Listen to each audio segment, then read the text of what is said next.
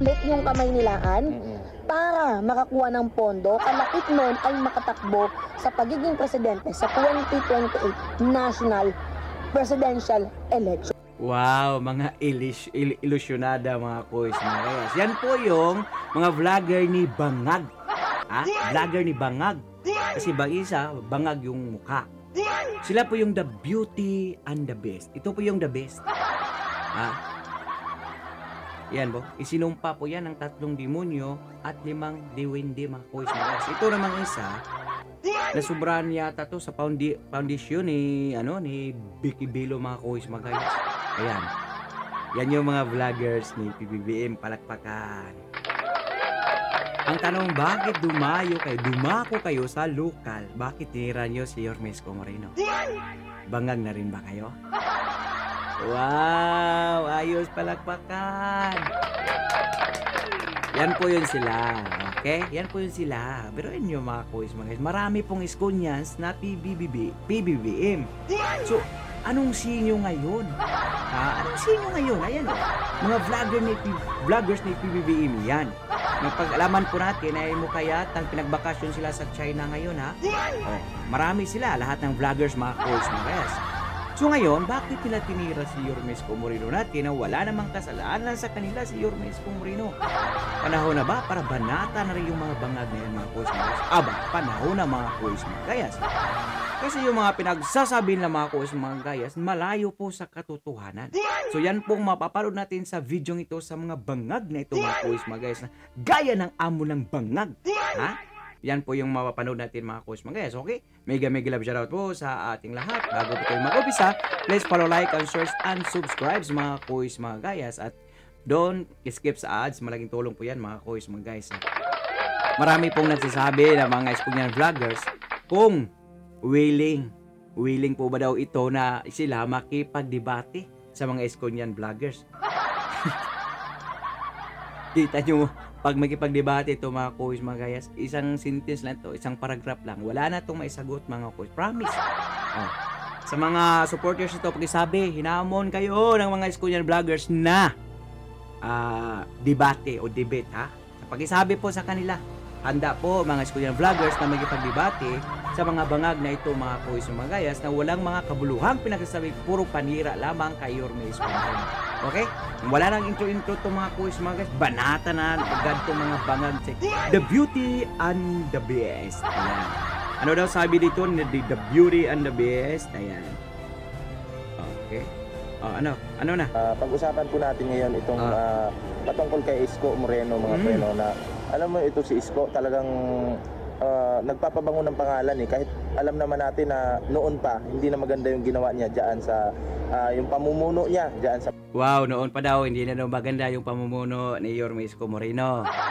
At black propaganda nito mga kuys, mga gayas, black propaganda nila yan na babalik naman daw si Yorme Isko Moreno sa City of Manila para gamitin naman daw, magnakaw naman daw para sa 2028 election mga kuys, mga gayas.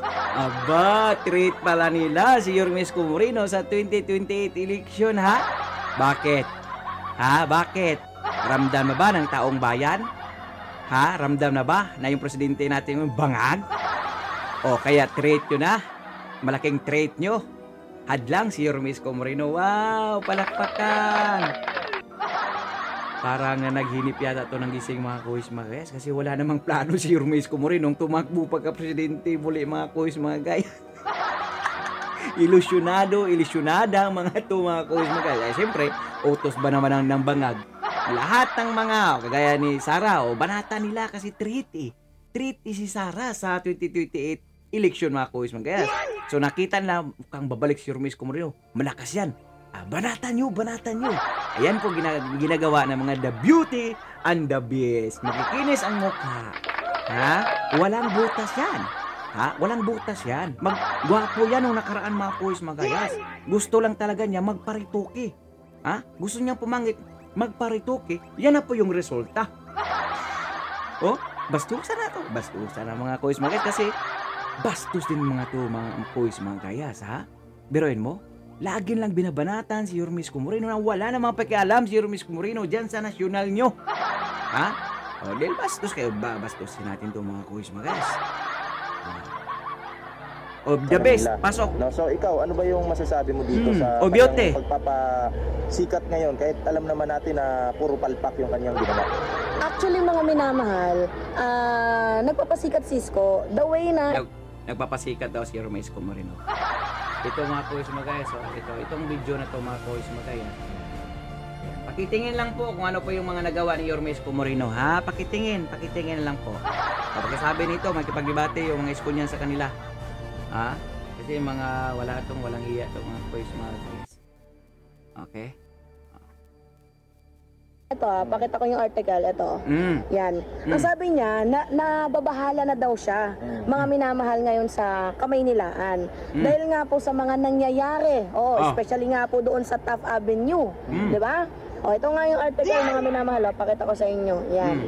Nababahala daw ngayon si Isko Moreno sa mga taga Maynila. Especially nga daw po doon sa Taft Avenue, sa Calao, sa R10. Yan yung sabi ni Isko Moreno.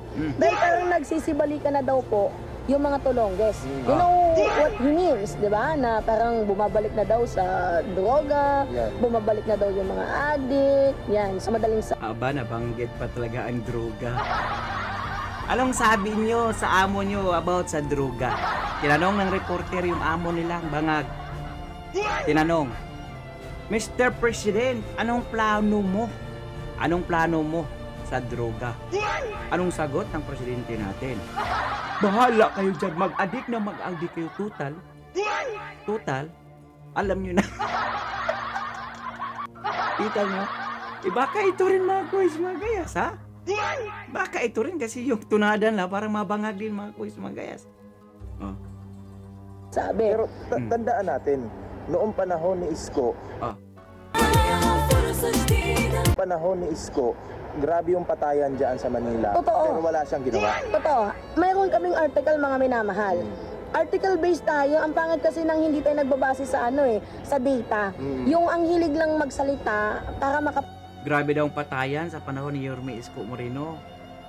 Bakit? Wala sa most risky city. Ano kita nyo mga kuis mga gayas? Ito, sa kapanahonan niya ngayon ni Madam El mga kuis mga gayas. Ha? Bakit? Yung sa kapanahonan ni Yorme Isko Moreno, mababa yung kriminalidad dyan sa City of Manila. O tignan nyo yung mga kuis mga gayas sa Asia. Top cities Asia, highest crime. Sa kapanahonan niya ni Madam El, ayan number 2, ang City of Manila mga kuis mga guys. Wala yan. Nasa panghuli tayo sa mga ganyang mga survey sa mga patayan sa panahon ni Yorme Isko Moreno. Nasa pinakamababa po. Hindi nga nasali yung City of Manila mga kuis mga guys. So ano yung mga article na pinagsasabi nito? Ang arte niya naman. panira para bumango yung kanyang pangalan. Hindi po tayo ganon. Tingnan nyo itong mga minamahal, panahon to ni Isko Moreno. Yan, yan. Panahon to ni Isko Moreno. Ang balita dito, lalaki. Imagine, pinatay sa ilalim ng tulay. Kahit ni isang otoridad, lalaki pinatay sa ilalim ng tulay. Lalaking pinatay sa ilalim ng tulay. Lalaking pinatay sa ilalim ng tulay. Wow! Bakit? 100% ba talaga na wala talagang krimen? Ha? 100%? So kung may patayan noon, so ibig sabihin, si Yorme Isko Moreno walang pakialam? Wow! Ayos! Anong nangyari ngayon? Anong nangyari ngayon sa mga biktima ng mga bangag? Wala kayong pakialam, di ba?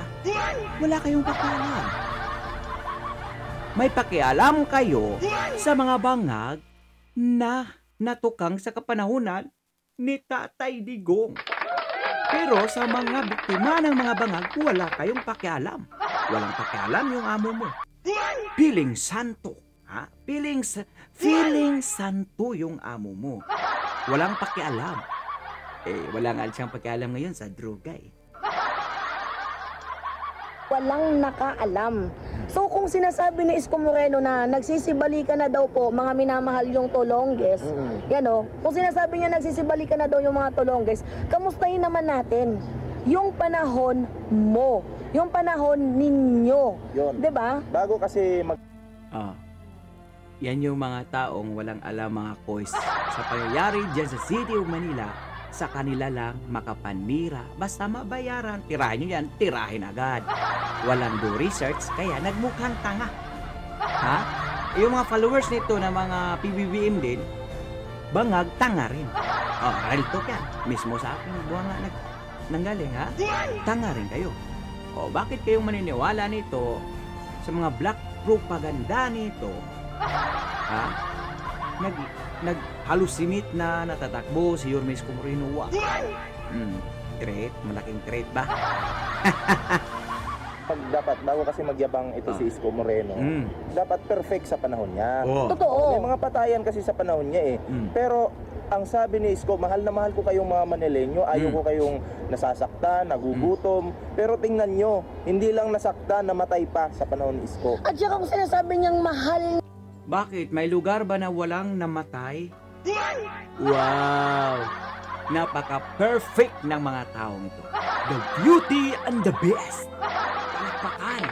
Perfecto. Ha? Napaka-perfect ng mga taong ito. Ha? Gusto pa manduan? Ha? Gusto pang pagsabihan si Yorme Isko Moreno sa lahat ng mga gagawin nito? Wow! Napaka-perfect. Yung mga Manileño, bakit niya kailangang ibenta? 'Di ba yung mga property na dapat sana nagagamit ng mga estudyante, nagagamit ng mga otoridad, especially ng mga mamamayang. Di ba nagagamit? Kamu katangahan nito mga kois, mga gaya. Talagang hindi nag-iisip, hindi nag-do research. Ayan po, madam, pakitingin lang po, yan o. Pakitingin po rito kung ano yung mga nagawa ni Yorme Isko Moreno. Kasi mga to mga kois, mga gayas.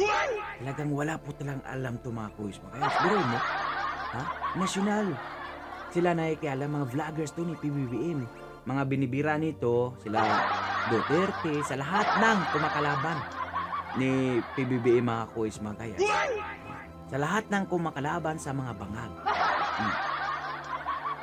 Yan yung mga defenders nila mga kois, mga gayas.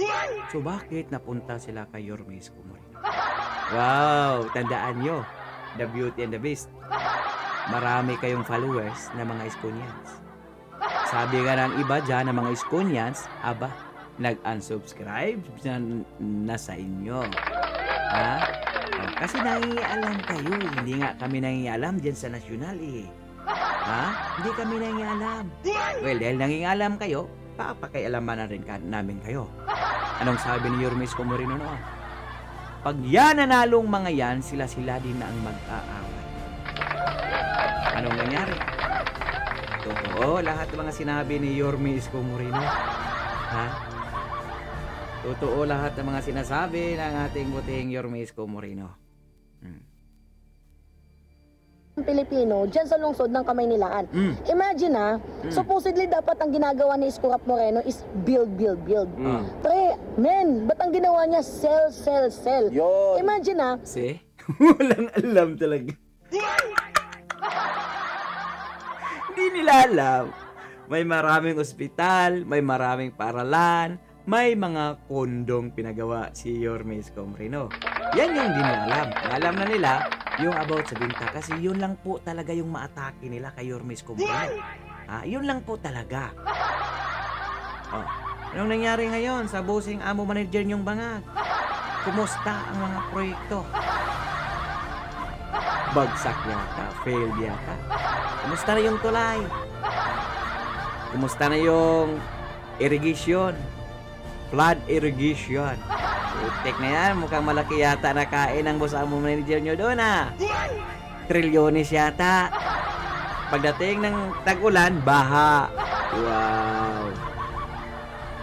merong pagtatayuan ng housing project. Diba sabi ni Isko Moreno, vertical housing project no?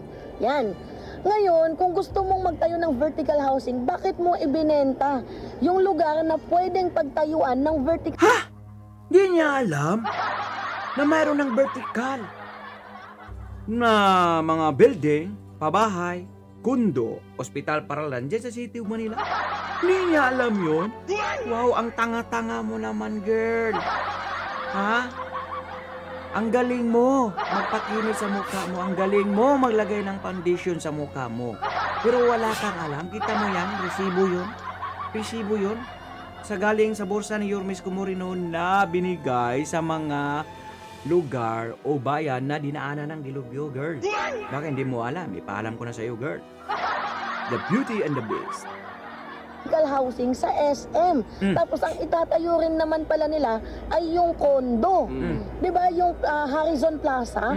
Bakit ibinenta yung Harrison Plaza na in the first place, 'di ba sabi mo gusto Oy, Beauty and the Beast.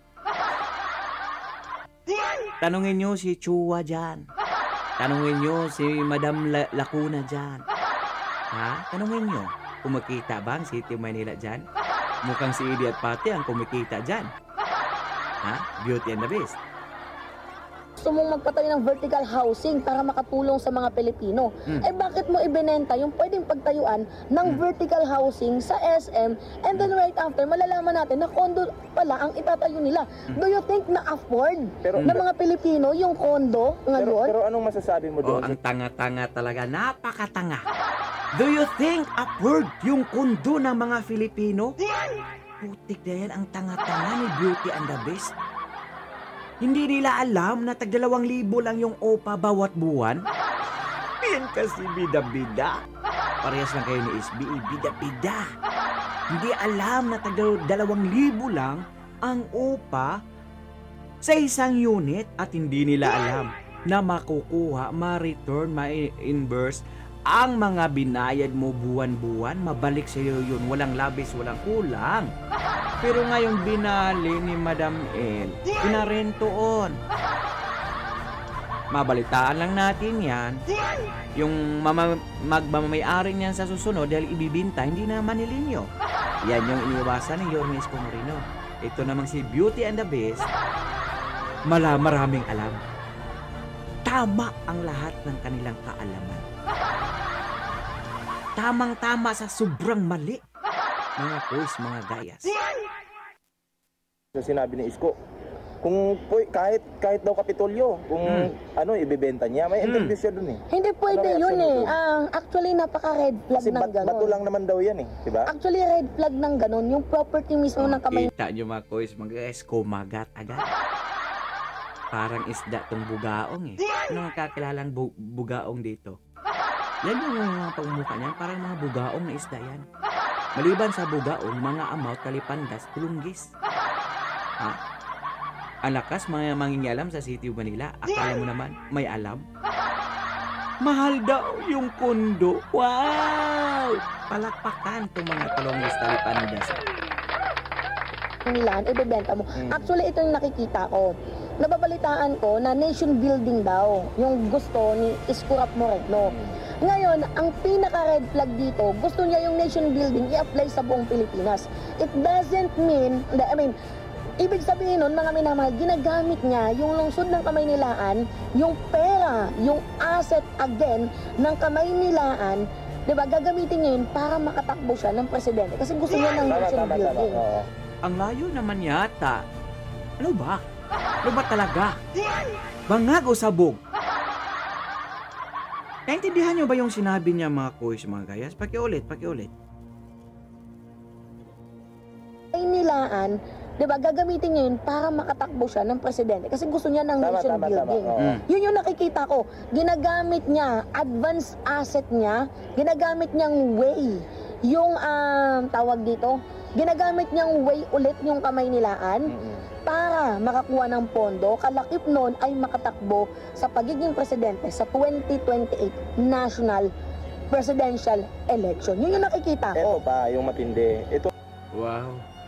Kita nyo mga koys, mga gayas? Good items to mga koys, mga gayas. Nakailang baba po ba kayo? Ang labo. Ang labo ng paliwanag mga koys, mga gayas. Napakalabo. Hindi mo maintindihan. Ano ba talagang tinutukoy nyo? Ha? Ganun ba kayo? Ngayon, ganun ba kayo kasabog? Putik na yan. Itong si Isko, binibenta niya sa mga chikwa, yung mga yung ari-arian ng Manila. Ang tanong, nasa Oo. napunta ba yung pera? Ay, baka naubos. Oh, kita nyo mga kuis, mga kayas. Talagang walang alam. Nagtanong. Magdo-research kayo, huwag kayong magtanong. Ha? Mga talipandas, mga animal, mga amaw. Magdo-research, huwag magtanong kung saan napunta. Magkalye survey kayo, tanungin mo yung mga Manilinyo kung saan napunta yung mga pira. Kundi, tanungin nyo lang si Wawa, Chua. Kundi si Lacuna. Naubos saan? Tandaan po natin si Isko Moreno, natalo po. No, tumakbong presidente yan pero natalo. Natalo. Ngayon parang uulitin na naman. Totoo. Diba? So ingat po kayo. Diba? Ingat. Klarong-klaro. Black propaganda. Kasi sa tingin nila, hadlang si Yorme Isko Moreno sa kanilang kandidatura ng mga tambaluslo sa 2028. Ngayon binanatan, hoy mga ulol. Hindi tatakbo si Yorme Isko Moreno sa 2028. Tatapusin yung 3 termino, 9 years dyan sa City of Manila. Huwag kayong ilusyonada, huwag kayong maghalusinate. Ha? Yan kasi, nasubrahan yata kayo. Ha? Ganun po yung resulta nung pag nasubrahan ka, maghalusinate ka talaga. Yung bang, hinahabol ako kahit walang naghahabol. May papatay sa akin kahit walang papatay sa'yo. Ganito yung nararamdaman nila ngayon mga kuis mo kayo. Ha? Maling akala. Uy, ano na, bumaba. Huwag follow up. Bilib ako dito kay Isko, matamis magsalita. Yeah. Matamis. Madaming ano siya eh. Grabe siya kung mangako. 'Di ba mga minamahal? Grabe kung mangako. Tapos, grabe kung makapambudol. Imagine nyo. Alam nyo, pag mangako talaga si Yorme Isko Moreno, kahit laway lang yung laway niya nasa sangla na bibinta. Bakit? Di ba nga plataforma niya yung 2019 dyan sa City of Manila? Sa pagpanalo niya, yan yung pangako niya. Babahay, ospital para lang dyan sa City of Manila. Anong nangyari? Andyan. Natayo. Kahit walang pirang, iniwan si Irap ha? Yan yung mga kaparaanan kung bakit umutang sila. Tapos panahon pa ng pandemya, anong gusto nila? Ha? Magugutom yung mga batang Manilinyo? Dahil walang pera yung syudad ng City of Manila? Siyempre, panghiram ng pera sa bangko ng gobyerno. Yan ang talino ng isang lugar. Yan ang bukas yan ng ating buting Yorme Isko Moreno na kaliwas sa mga pinagsasabi ng mga bangag na to, mga boys, mga guys. Sabi niya, mamahalin niya daw yung mga nandoon sa Divisoria. May interview siya kay Karen Davila. 'Di ba, napapahalagahan niya yung mga property at ari-arian ng Kamaynilaan. Pero bakit binibenta? Kita nyo, katanga-tanga nito mga boys. Ganyan talaga yung resulta pag nasubrahan ka sa paggamit. Magalusinit ka, gagawa-gawa ka lang ng kwento. Kunwari, pinatay kahit walang umabol. Ganun yun sila. Nasubrahan yan mga boys, mga guys. Bakit? Hindi nyo ba alam na yung pinagbibinta dyan na hindi na kumikita yung syudad ng City of Manila? Si Idi at Pati lang kumikita. Ha? Ayan po, panoorin nyo. Panoorin nyo sa vlog ni Mayura. Andun. Tanungin nyo si Jewel Chua. Di ba? Manok nyo yan, di ba? Tanungin nyo. Dahil hindi na rin yan makakabalik dyan sa City of Manila. Tatalo rin na yan ni Apple nito. Itong si Doktor and Mayor Hani Lacuna, ang ginagawa niya, nagpapatayo ng mga eskwelahan na supposedly dapat yun, lumalabas din ang tunay na kulay. Yun pala amo nila si Lacuna. Magkano bigayan? Malaki ba? Kasi mga vloggers kayo sa national politics Tapos ngayon bumaba kayo sa local. Grabe yung hiring Magkano bigayan? Parang ganito din yata yung vlog ni Batang Bakorto. Parehas kayo. Aba, may GC to. GC na mga bangag to, ha? Ano yung ginagawa? Actually ngayon maraming project na nagawa si Hani Lacuna. Totoo. Ano? Kabaliktaran kay Isko. Oo. Ito mga Wow. Ayan oh, ayan oh. Ayan ang mga proyekto ni Yorme Isko Moreno, ayan oh. Oh. Tapos ikumpara nyo sa mga proyekto ni Lacuna ngayon. Nakakatawa itong mga tipaklong na itong mga boys, mga guys. Mga ulupong na itong mga boys, mga guys. Yung credibility nito magsalita, mag-vlog bilang isang content creator, mga boys, mga guys. Wala. Diba kita, iniwala yung mga follower subscribers na itong mga boys, mga guys. Yan mo makikita talaga kung talagang tunay ka talaga isang content creator, vloggers. Yung hindi ka masusuhulan, mga boys, mga guys. Ito, I'm sure sa kapanahonan ni Yorme Isko Moreno, puring-puri itong mga animal na to eh. Ha? Puring-puri ito sa kapanahonan ni Yorme Isko Moreno. So ngayon, ayun na, kalipandas na. Kapre, pag binoto nyo to si Isko, lahat ng pinagawa ni Lacuna ngayon, Mayor Hani Lacuna, baka ibenta ni Isko yan pag nanalo yan. Totoo. Kaya ingat kayo. Si Lim nga, ang dami din pinagawa kahit hindi. Kita niyo mo boys, mga guys. Yan kasi ang resulta pag nasubrahan ka sa paggamit. Kahit ano na lang yung gagawin mo, maisip mo, babanggitin mo. Ha? Pwede ba bago kayo mag-vlog, pababain niyo muna yung tama? Ha? Para naman, yung pinagkapani-paniwala naman yung mga pinagsasabi niyo. Paano ibibinta pag nakinabang yung gobyerno sa isang asset o ari-arian? Kasi hindi na alam mga boys, mga guys. Ay yung mga pinagbibinta, hindi na po nakinabang yung City of Manila noon, mga boys, mga guys. Pero wag ka. May sila mayora. Sa City Council, dumaan po yun. Sila po naghanap ng mga asset ng City of Manila na hindi na pakinabangan ng isang syudad. Dahil naghanap ng pondo dahil pandemya, ayun po. Tanungin nyo lang po sila Chua. Medyo natin gusto, diba?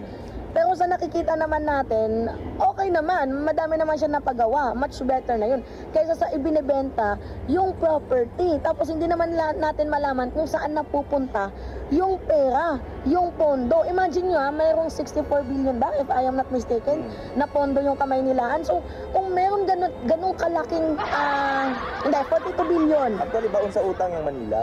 42 billion or 62 billion, I think. Pero sa pagkakalam ko, mayroong pondo ang kamay nilaan. So kung mayroong pondo, bakit kailangang magbenta? Madam, anong gamit mo sa mukha mo, madam? Kasi mga ganyang mukha, yung sobrahan sa foundation, nakikita ko yan dyan sa mga bar sa Thailand. Makikita mo yung mga babae doon, ang puputi ng mukha, ang itim ng liig. Ganyan eh. Ito naman, isa, gwapo to nung araw. Nagparitoke. Makinis yung mukha na to nung araw, nagparitoke. Yan na po yung resulta. Butas-butas. Ni Isko Moreno ng property ng kamay nilaan. Nagugutom daw kasi yung mga Pilipino, kailangan pakainin. Actually, nasa Bible yan na turuan mong mangisda yung mga tao. Hindi mo kailangan gawing tamad yung mga tao. Na alam mo yon, kung ganun yung mindset mo, benta ka ng katanga-tanga mga quiz mga. Kailan ba namimigay ng ayuda si Yorme Isko Moreno? Baka si Sam Versosa yung tinutukoy nyo. Sa panahon ng pandemya, sa panahon ng lockdown, mga ulupong, mga ulul, mga tama. Pababain nyo kasi yung tama nyo bago kayo mag-vlog. Ha? Kasi yun, masama po ang naidulot eh. Puro ka-fake newsan. Misinformation. Ayan. Pababain nyo muna yung tama bago po kayo mag-vlog. pinta. Anong mangyayari sa Manila? Nagugutom daw. Papasukin pa ba yan ng mga negosyante, di ba? Nagugutom daw yung yung mga tao sa Manila. Oo. Nasolusyonan ba? Nasolusyonan? Yan, tanong, kung nagugutom, sa pagbebenta mo, nasolusyonan ba yung gutom? Kita nyo, parang wala yata ito sa Pilipinas ng panahon ng pandemic eh. Kita nyo dyan pala, napaka walang alam, napaka bubo. Yun lang marunong mag-do research yung mga animal na to. Ha? Pero nyo kung ganyan yung mga sinusuportahan nyo, fina-follow nyo na mga content creators, mga vloggers, take na yan. Bangag na rin kayo, ha? Bangag, ito mga followers, ito mga bangag, mga quiz. Sa Manila. Tandaan po ninyo, kayo nagugutom habang si Isko Moreno busog. Lechon po yung ulam yan. Kayo patuyo-tuyo lang. Busog sa minsan kaban asin lang. ng bayan. Busog sa kaban ng bayan. Walang alam. Diba? Imagine na lang ninyo, yun pa ba yung gusto nyong i-elect bilang president, bilang mayor ngayon dyan? Diba kung gusto nyo ng pagbabago, bumoto kayo. Yung merong masusundan ninyong yapak. Diba? Yung yapak na puro build. Sundan daw ang yapak ni Mayura. Yapak ng kadugyutan. Yapak ng basura. Ha? Yapak kung paano nila kinawawa yung mga seniors ngayon. Yun daw ang sundan nyo, Manilinyo. Papayag ba kayo, Manilinyo? Sundan? Sabi nila? Nako, ayaw nila po. Sabi nila, bago po na kayo mag-vlog, yung bumaba na yung tama. Huwag yung tamang-tama. Ito, dapat maging matalino po tayo ngayong eleksyon. Kailangan, wag po tayong tumingin doon sa mga pangako. Oo. Wag niyong tingnan yan. Tingnan niyo po kung ano yung mga nagawa. Totoo. Okay? Ikumpara niyo si Hanny Lacuna kay Isko Moreno. Ano yung nagawa ng dalawa? Yeah. Kami alam Wala namin. akong nakita kay Isko. Hindi, may nagawa si Isko. Ano? Ang Benta? magbenta. Ang magbenta? Oo, yun yung nagawa niya. Habang si Hanny Lacuna ang magpatayo. Magpatayo. Diba? Diba? Red Oo. flag yun sa ano ha, mga minamahal yung benta ng benta. Red flag yun. So yun mga kuys, mga kayas, talagang kung papatulan mo to mga kuys, mga kayas, bangag po tayo nito mga kuys, mga kayas. Biruin mo, lahat ng mga pinagsasabi niya, talagang, ako po, iwan ko lang, yung maniniwala nito, yung ding walang alam dyan sa City of Manila. Pero kung tatanungin mo yung mga Manilinyo, wala. Wala sabi lang, bangag to eh. Ha? Di pa bumaba eh. Ito yung mga mukha niya, si The Beauty and the Beast mga kuys, mga kayas. So paano tayo nito maniniwala ito mga kuys magayas? Na yan mismo yung resibo ni Yormisco Moreno. Ayan o. Andyan yan. Nakalathala yan. Naka-live yan. Sa social media. So paano tayo maniniwala sa mga tulunggis na bangal na ito mga kuys magayas na manang-mana nila sa kanilang boss amo manager? So ayan po. Balita po natin. Nagbakasyon yun. Ayan o. China yan, di ba? Chinese ano yan. Later. Later. Ayan. Nagbakasyon po nila. Yan mga yan. Sa China. Mga kuys mga kayas. Ayaw daw na sa China pero dyan po sila pinabakasyon. Palakpakan. So ano po yung mga komento o opinion tungkol sa mga bangag at tulunggis na to mga kuys mga kayas. Paki-komento sa comment section at paki-unsubscribe na rin sa kanilang mga channel. Dahil ayan o, tinitira na ang ating buteng Yormisco Moreno na siyang maraming nagawa dyan sa City of Manila. Ha? So, para tayo maniniwala nito mga kuys mga kayas na puro kabangagan. Yung muka bangag, yung isa makinis, puro foundation mga kuys mga kuys. 7 patong na foundation bago magliliwanag yung kanilang mga mukha. Ito naman, dating gwapo daw ito, tapos nagparitoke. Ayan na po yung resulta. Gusto nila kabastusan. Binastos sila si Yormisco Moreno. Yun ang kapalit mga kuys mga kuys. Pinagbigyan natin to sila nakaraan. Sige, bahala kayo. Tirahin nyo si Yormisco Moreno pero sumusubra na mga kuys mga kayas.